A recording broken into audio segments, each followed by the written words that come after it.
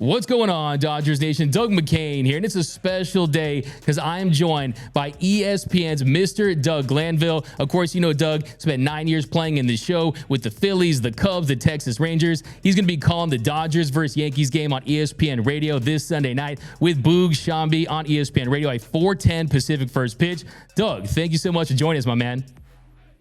Yeah, it's great to be here. Looking forward to it. Growing up in New Jersey, I saw a lot of Yankees, Dodgers postseason in the 70s. So brings back a lot of good memories. But hey, Doug, we got two Dougs in the mix. Us Dougs got to stick together. Hey, last year, Doug was the 8,646 most popular name in America. Hey, we got to stick together, right, my man? That's right, man. There's not a lot of us, so we'll have to think of ourselves as like a rare jewel or something like that. So pretty cool. Yeah, man, we're bringing it back. You've already brought it back. But yeah, so Doug, I want to start with this Dodgers team because everyone says, hey, don't start talking about records until Memorial Day. We're past Memorial Day. We're at the 1/3 mark of the season, and the Dodgers are doing what they do every year. They're winning games. They have the formula. They know how to win this part of the season. Are you surprised at all with the success this Dodgers team's had when you consider the fact that a lot of people out there, they pick the Padres, they pick other teams to be on top at this stage of the season? But are you at all surprised, Doug? No, I'm not surprised. This is a team that was built to last. And when Andrew Friedman took over the reins, they were in a position that they understood value from his experience with the Rays, but also the fact that they added resources to that value. And that's a great combination, someone who understands how to extend value and find it while at the same time be able to add pieces if necessary because you have the deep enough pocketbook. So, that's it's no shock the talent is still there. Dave Roberts is a good manager, has established himself over a long period of time as being one of the best in the game. And, when you have that combination with young talent mixed with some experience, there's no shock with especially a team that's accustomed to winning. They know how to win. Yeah, and when you look at this team right now, they're on top of the division. It's not even the Padres that are chasing, it's the Diamondbacks. You look at that Padres team, they have had some success of late, but they really haven't lived up to expectations. But it's still early in the season. It's still relatively early in the season. They have tons of talent. I still think they're going to make a run. Do you think the Padres still have a run in them? Do you think that they'll make a run at the Dodgers, or do you think LA is going to run away with this division? Well, no, the Padres have the talent to make a run, and they spent a lot of money just getting this core group. And when you talk about the top four of the order, when Machado's in there, that's a very formidable group. They have the talent, and maybe in some regards, when they sort of exercised the demon of finally catching the Dodgers last year and knocking them off in the postseason, it was like, wait a minute, the pressure's on us now. The Dodgers like, hey, you handle that stuff right now. We're going to play our game. And even though the Dodgers aren't getting the really consistent pitching, they're still atop the division. So it shows you that they've found ways to win many different ways, where the Padres are still trying to establish that consistency. Pitching woes, guys haven't hit as they expected, injuries, and all of a sudden they're chasing now like they have always been. But this time the Dodgers are, they got one eye on the Padres. They understand, like, okay, they beat us last year. We have to be ready. And by the way, the Diamondbacks are not playing around.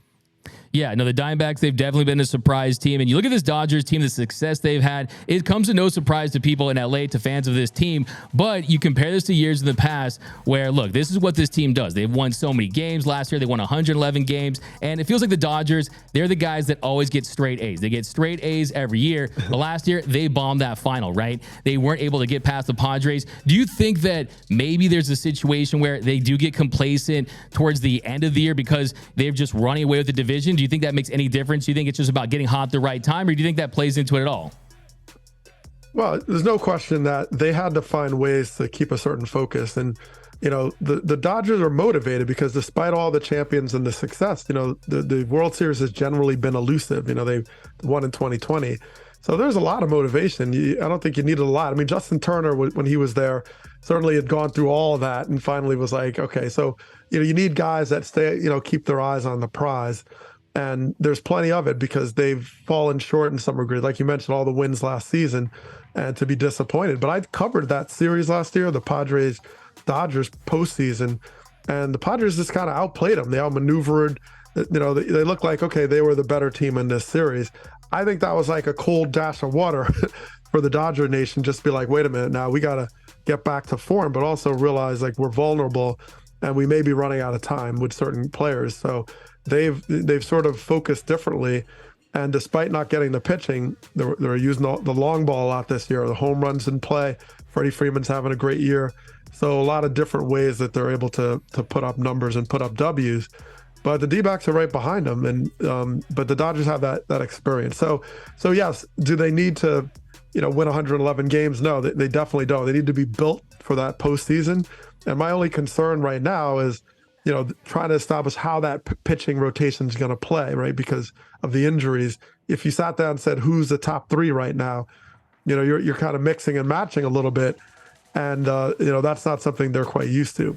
Yeah, no, absolutely. I agree 100%. And I like the adversity. I like the fact that they're dealing with some stuff they weren't dealing with last year. Look, sometimes if you're getting straight A's, it means your child isn't challenged enough. It means the workload isn't hard. And as someone who's a Penn graduate, you know all about getting straight A's, right? But sometimes it's good to bounce back. And I think this team dealing with some of these injuries and still being able to put up one of the best records in the league really speaks to this organizational depth. Now, I want to talk to you about this offense, though, because the offense, they've been fantastic, one of the best in the league. But over 50% of their runs come from the home run ball. They're a little home run reliant. If you look at some of the batting averages, they're around 200. And yes, they're right at the top when it comes to WRC plus and OPS, but they're 21st in batting average. Now, Doug, as someone who hit 300 twice in your career, how important do you think that is to have the different clubs in your bag when it comes to the postseason versus winning so many games in the regular season, winning the way they do?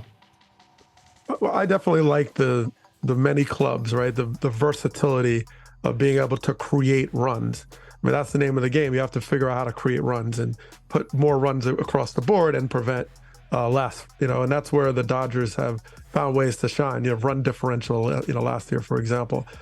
So that's in their toolkit.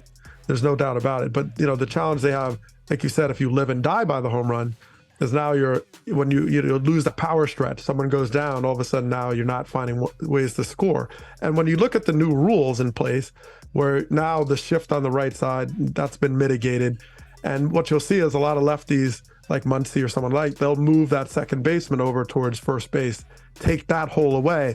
Now there's a huge gap between the second baseman and second base.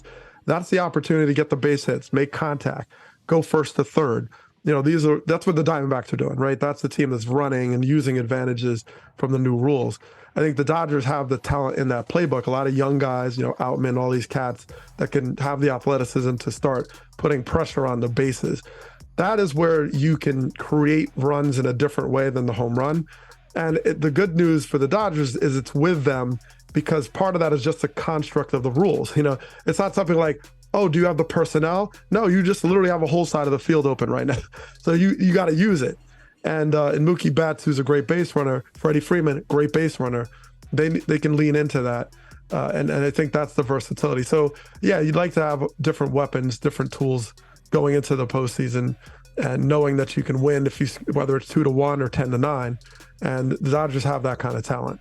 Yeah, no, and absolutely. When you look at this roster, you look at some of the talent they have. You mentioned Mookie Betts. Freddie Freeman is a guy you don't worry about just swinging for the fences. He's a guy that hits to all fields. He is absolutely killing it once again this season. One of the best players in all of Major League Baseball. He just set the Dodgers record for most extra base hits in a month. If you look at him this season, just continuing to be productive, continue to be one of the best players in the league. What has impressed you most with Freddie Freeman this year, Doug?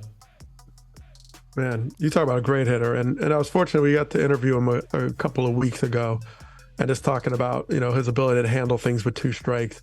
But the thing about Freddie Freeman is he's consistent in his approach, but what he tries to do is kind of universal. Count doesn't matter. He's just trying to stay behind the ball, stay inside the ball, hit to the big part of the field. It's short, it's compact, it's simple, it's patient. And that works with everything. And he's found an ability to do it lefties or righties or any scenario. He has that calm about him. That's what impresses me, because a lot of times pitchers use your anxiety against you. They see, oh, you're jumping out. Look, I mean, when I played against all these Braves, Maddox, Smoltz, Glavine, they just kept slowing you down and speeding you up and slowing you down. Friedman always has his own pacing. He is kind of in control. And it doesn't matter you had the pitch clock or not or whatever, he's in control. And that's what's so impressive, because he's been so consistent at it.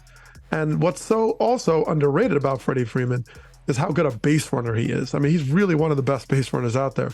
Great reads, understands positioning, pays attention, knows the scoreboard and the circumstances, pushes the envelope. and can take the extra base. So, this guy is on an MVP pace, and he was actually my pick for MVP this year. So I'm feeling pretty good. Yeah, and I was just actually going to ask you about that next, because we know Ronald Acuna Jr., he's having a fantastic season, but you're still sticking with that Freddie Freeman MVP pick, I'm assuming?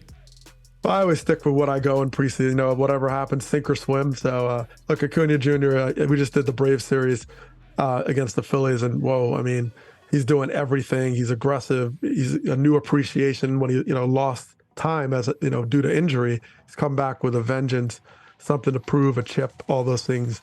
So it's exciting to watch. But I still think you got Freddie Freeman is going to be in this mix at this pace. Wow. Yeah, no, and he's already on a tear on the base pass, like you mentioned. I love the fact, too, he's in the 32nd percentile in sprint speed, but he still finds a way to get it done with the new pizza box bases, with the new rules. Everyone's out here looking like Ricky Henderson, and you love to see him taking advantage. But one thing I want to ask you, too, as one of the better hitters in the league in your day, is that contagious when someone like a Freddie Freeman is up there, always having the right approach, bat to ball approach, really just trying to get that bat pad, get the bat to the ball, and get hits? Is that contagious when you see someone like that? Do you think that's rubbing off on some of the other Dodgers down the lineup? It is, and part of it is because Freddie Freeman chooses to lead. He chooses to get involved, and he's a resource. He offers. I mean, he came up with Chipper Jones. He had a lot of mentors to look at, and I remember talking to Chipper Jones a few years ago, in the early days. I think he was sort of on the back end, and he's just looking forward to this next generation, whether it's Jason Hayward or Brian McCann and all these cats. So Freddie Freeman was part of that, and he understood and understands about passing the torch, being able to take information and help his teammates be successful. I remember talking last year about the iPads, right? Having your at bat and then everybody looking at their iPads. He's like, get off the iPads. It's like, watch the game. So Freeman is he's quiet about it, but he has so much to offer, and he's offering that. So in many respects, that is what's contagious, when you have leadership that chooses to share information and have a shared approach on how to beat an opponent. And you have a leader that's willing to do that, then you have a lot more chances at success. Yeah, I know Freddie Freeman has, I think, even exceeded expectations in LA. I think he's one of the best value deals we've ever seen for a superstar. And I know $27 million is a lot, $162 million. But still, this guy, when you look at how much he's produced already, he's been incredible. Another guy I want to ask you about, another Dodgers acquisition from last offseason, is JD Martinez. And JD Martinez is back on track. The slug is up. You're seeing what he contributes, his impact in the lineup. Do you think he brings something to this Dodgers lineup that maybe they lacked last season? Yeah, I call him like the hit junkie, man. I mean, this guy loves to get in the weeds about hitting and approach and strategy. So once again, I think you're talking about someone like the high baseball IQ, a student. And I think that is an aspect that he brings, whether he's hitting or not. But he's found, a lot more of the old school JD Martinez, being able to stay and use the middle of the field. Historically wasn't always necessarily a big damage guy opposite field, but he's had to make certain adjustments, and he does. So that's a stabilizer. They brought him in for this purpose, and you need him to be that guy, to DH, to be out there and be the run producer, consistency, all these elements. So yeah, I mean, and sometimes you go to the Dodgers or an organization that's always right in the mix, and it sort of revitalizes you. It's like, wait a minute now, I don't want to be the weak link here, right? So it's like what Syndergaard is talking about. Like, I don't want to, I would be the weak link. So I just am impressed when you have experience mixed with young guys. And Jason Hayward, great experienced guy, great in the locker room, a leader. Then you have that combination that you're looking for when you have young guys, Vargas guys coming up that are trying to figure it out. Yeah, no, he's been nothing short of incredible. I think him reuniting with Robert Van Scoyoc, the guy that really helped reinvent himself, the guy that helped revamp his swing, and just being on that one-year deal and prove that, hey, I was one of the best hitters in all of Major League Baseball for the last 8 seasons, and he is looking the part, and I think he's going to provide that slug. So, yeah, definitely a big addition. But I also want to ask you about the Dodgers manager, Dave Roberts, because, look, you play with some great managers, Terry Francona in Philly, some guys that are very notable. But here in LA, I host a post-game show, and anytime the Dodgers lose, it's always the finger pointed at Dave Roberts. They would blame him for the Titanic, right? And I always say that, look, Dave is a culture builder. He's a guy that knows how to optimize his players by giving them confidence. In your opinion, what do you think Dave Roberts' biggest strength is as a skipper? You have a good read on it. That's a good read. I mean, I've gotten a chance to get to know him pretty well in a lot of the games in the postseason. There's a certain calm, certainly. There's a certain transparency. He talks to you and he tells you the truth. He kind of comes at you with like, here's what's going on. Here's what I'm thinking. And he had to make tough decisions. Even last year, right? We had Kimbrel was an option, and it was real hard. Guy was 400 saves now, you don't have him on the roster. That was tough, and you had to wear that. So you have ways that you have to deal with personnel and all the information you have to synthesize now that comes in with data and the front offices and who's really making the lineup kind of scenario. He navigates that very well. And certainly his track record shows a consistency of success. Maybe he hasn't won a million times, but he's got the trophy, but he's also found ways to always be there. Even in a year like now, you're like, well, the Dodgers might regress, and they're right there, first place, So you realize that he can win in a lot of different situations. It's not just a waterfall of resources, the only reason. But I found him to be very direct, transparent, still loves the game. He's practical. He's like, okay, this is a scenario. I'm hoping this will happen. He doesn't try to throw, all these things at you to sort of create the illusion like everything is perfect. And I've always appreciated it. I feel like I learn a lot talking to him because he studies and he has responses, but he's also open to, okay, this is new in the analytics department. Let me try to work with this. And that's a good sign when you're getting to be more of a veteran manager, that you're still able to take in information and also appreciate veteran players that could help get that information to you. They like Freddie Freeman, Jason Hayward, they're like coaches, JD Martinez.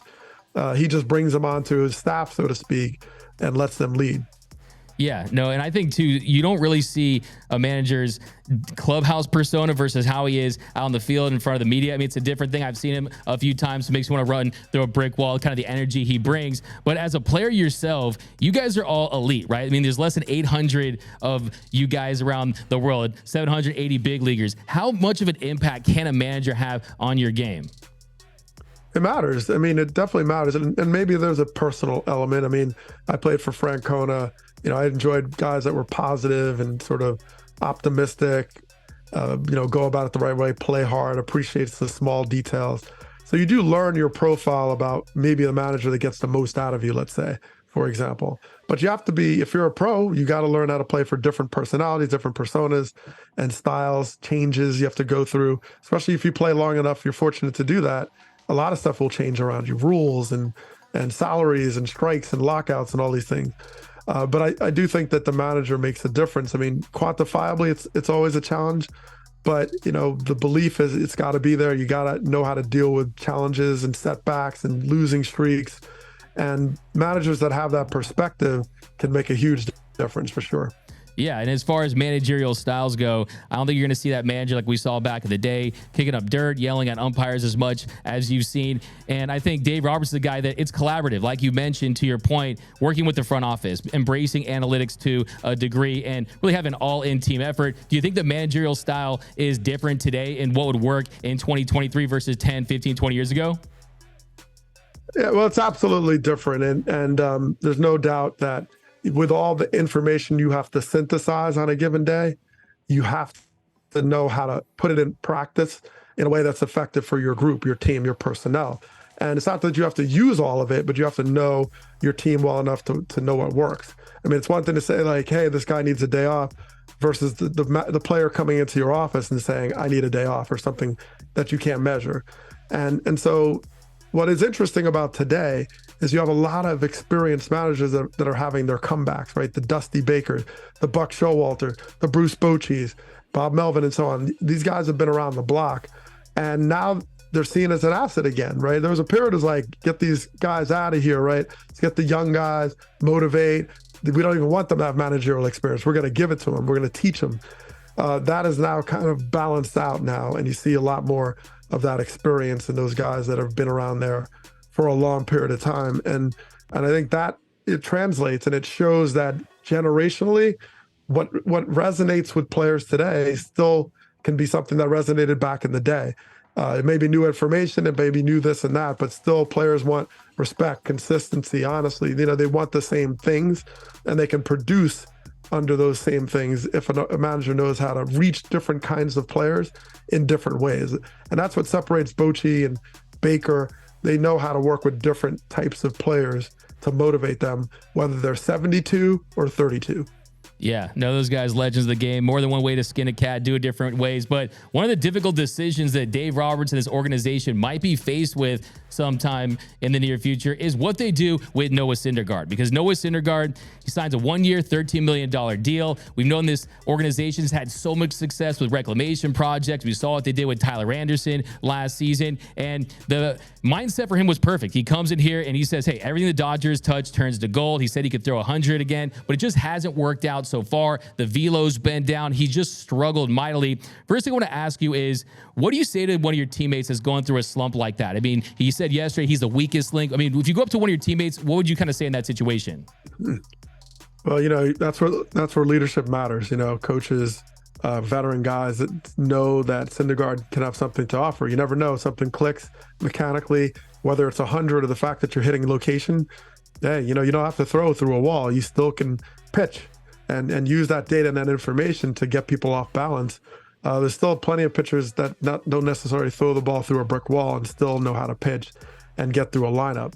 And especially today where you could be situational. Or Syndergaard, let's say he's the long man or some game, or maybe he goes 4 innings.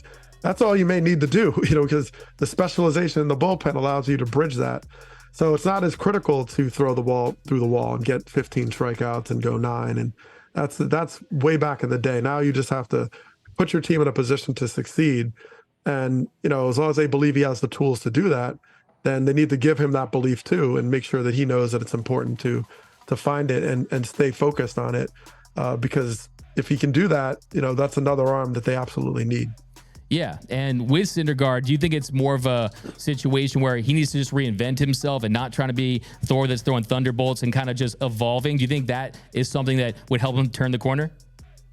Absolutely. And I kind of thought that's what was happening coming out of spring training. I remember doing a Dodger game and, you're like, okay, this is a different Syndergaard. He's pitching against the Cubs and that's okay. He's changing speed. He's spinning it a little bit. He's working down in the zone, all these things that he didn't necessarily have to do when he was throwing 100.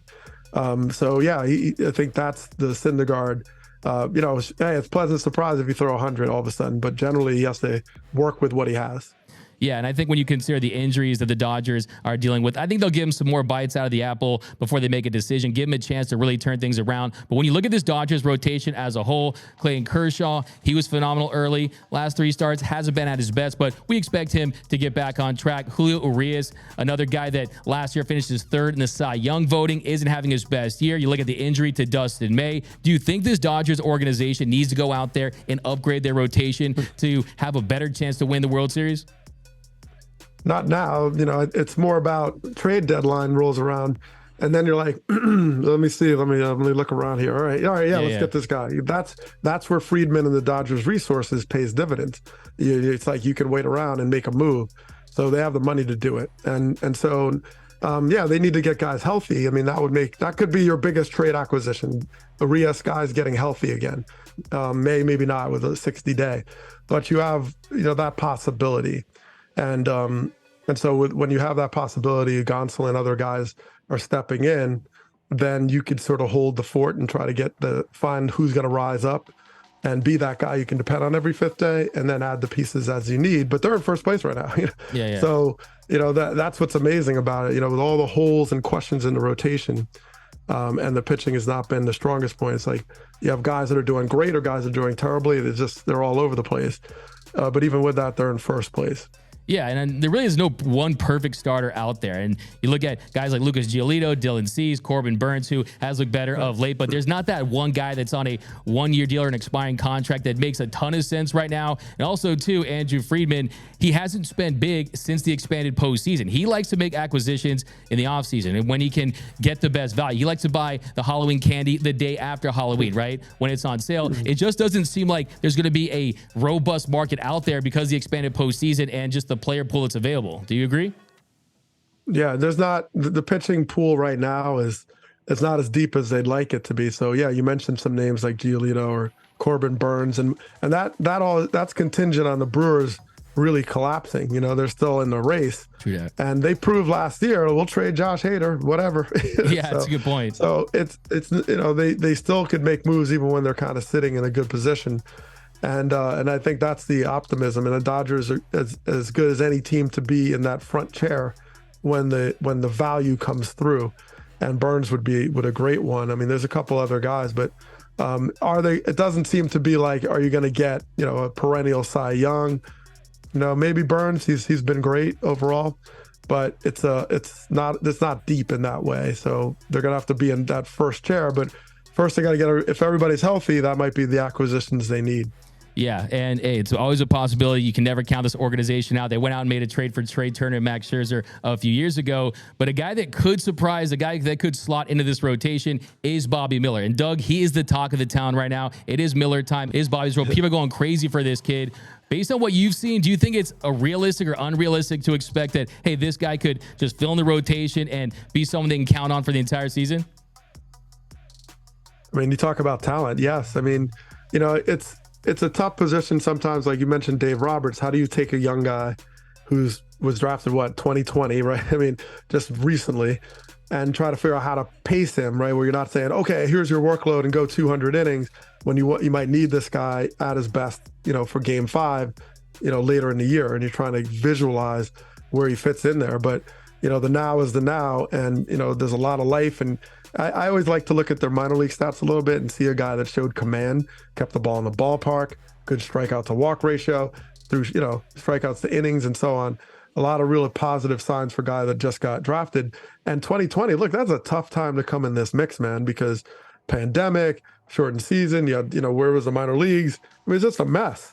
And to come out of that, like a phoenix is saying a lot. So there's a lot of reason to be excited. And that's the Dodgers, right? They reload, they find guys, they develop, they find value where guys seem like they had lost value. And that's why the Dodgers will be in contention. It's just an automatic. Yeah, I know he's been so impressive. And the fact that he's keeping his velo late in his starts, still pumping 99 to 100 in the 5th inning, the way he's commanding his 5-pitch mix, I want to believe, I'm hoping that he has a Walker Buehler-like impact like we saw in 2018. So I definitely think that he's someone that definitely could be a star that really has a coming out party in your game on Sunday if he has a big game against the Yankees. But a few more questions I want to ask you about some of these other young guys for the Dodgers, and James Outman and Miguel Vargas. Now, James Outman, he was absolutely on fire. He was raking to start the season. Then he fell into a little slump, had an over 20 slump. Miguel Vargas, he was struggling to start the season, and then he turned things on. I want to ask you about, as a rookie in this league, facing big league competition, just making those adjustments your rookie season, how big of a challenge is that, Doug? Big challenge. And it helps to have guys who've gone through it that can talk to you about it and just sort of help you through. The information is so rich out there that they find your weaknesses very quickly and they'll go right after it. It's not like, oh, let me set it up. No, we're going to go right after it, pitch one.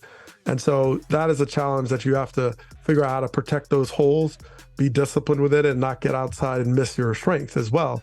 So, it's a typical learning curve. And it's hard to get in there from the beginning and just be like, oh, I just hit 300 all season long and it was just great. That was it. Most likely you are going to go through these periods like Outman. But Outman, this is a great athlete. And there's times where that can be a tremendous asset because you can figure it out, so to speak. But also you don't want to lean into it so much that you're like, oh, wait a minute, I'm still in football mode or what, I'm still trying to get, things that I'm relying on that's making me cut corners that I shouldn't cut, right? Those kind of things. And, but it's hard to know yourself that well as a rookie. That's what you're always going through. What kind of hitter am I? Where am I hitting in the lineup?